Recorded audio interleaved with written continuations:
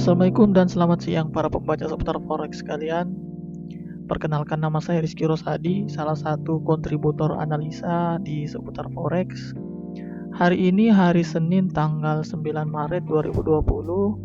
Saya akan menjelaskan analisa saya untuk pair GBP USD atau British Pound US Dollar. Seperti biasa, sebelum saya masuk menjelaskan, saya akan berikan sedikit keterangan untuk metode yang saya gunakan. Metode ini metodenya TLS atau ininya trend level signal. Untuk masing-masing ya, time frame-nya trennya di time frame weekly, daily untuk level, dan terakhir H4-nya untuk signal. Terus saya juga lengkapi dengan data COT atau Commitment of Traders untuk melihat positioning para trader besar atau big boy di market. Kita langsung ke market saja ya, kita lihat ke chartnya. Ini sudah masuk ke time frame weekly. Nah, kita lihat top dan bottomnya makin lama makin rendah. Nah, ini ada perbedaan dari minggu lalu. Kenapa? Kalau kita perhatikan, ini harganya trennya tren turun, tapi tertahannya ini ada higher bottom di sini. Artinya walaupun ini tren turun, ini kemarin saya tulis ini fake out, tetapi tekanan bayarnya sudah menguat. Sehingga ini bisa jadi, kalau dulu saya sering pakai metode head and shoulder ya, ini disebutnya fake out, atau kalau di head and shoulder itu namanya kepala, headnya di sini, ini bahu kiri, ini bahu kanan. Makanya saya bilang ini cenderungnya awal tren naik. Awal tren naik artinya kalau kita permulaan ini jadi naik, maka bisa jadi ini perubahan tren dalam jangka besar, bisa jadi bisa setahun atau 2 tahun naiknya. Dan ini menjadi awal yang bagus.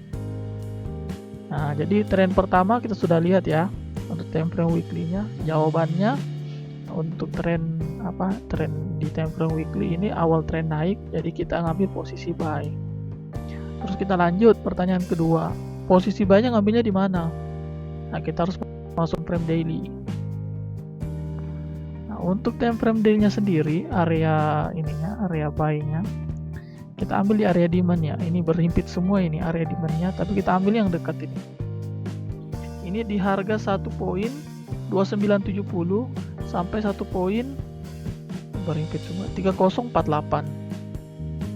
Jadi ini kalau saya ini 12970 sampai 1.3048 ini harganya. Nah, ini kebetulan ada juga support di sini. Jadi harga top yang sebreak sebelumnya ada support, jadikan support. Ini pada saat harga menguji ini jadi area yang bagus sebenarnya untuk reversal. Jadi kita harap harganya naik ya. Terus kita lanjut ya. Terakhir kita lihat time frame H4-nya. Konfirmasi seperti apa yang akan kita gunakan. Nah, di time frame H4 ini kita lihat ya, ini areanya lebih besar, lebih jelas terlihat. Nah, ini harga sudah masuk area buy ya. Kita gunakan 3 candlestick konfirmasi.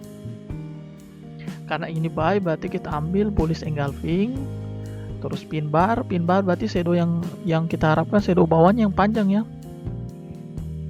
Contohnya ini atau ini. Terus yang terakhir itu kita pakai bullish inside bar, bukan bearish ya, bullish. Nah, terakhir saya lengkapi juga dengan data COT, bisa dilihat di analisa saya. Itu kenaikan dari net position GBP cukup signifikan.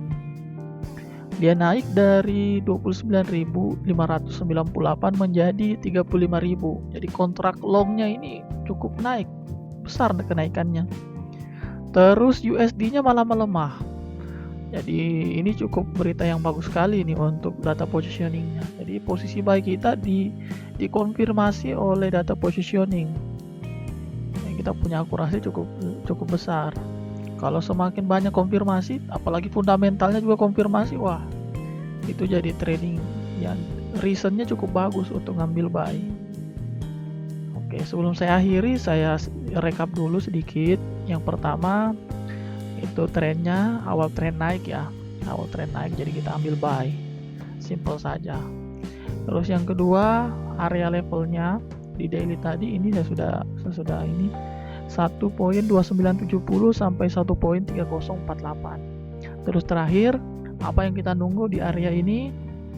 Kita nunggu harga bentuk 3 candlestick konfirmasi, bullish engulfing, pin bar atau bullish inside bar. Sebagai catatan ya, seperti biasa, pertama entry hanya ketika konfirmasi sudah terbentuk, dalam hal ini konfirmasi bottom. Terus yang kedua, selalu gunakan money management yang saya sarankan 1-2%. Dan terakhir, close posisi segera mungkin atau emergency exit apabila ada candlestick reversal ya.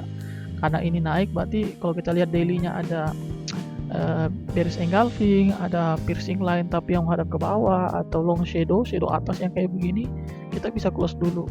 Nanti bisa kita entry lagi di area demand. Mungkin itu saja yang bisa saya sampaikan. Kurang lebihnya mohon maaf. Terima kasih. Assalamualaikum warahmatullahi wabarakatuh.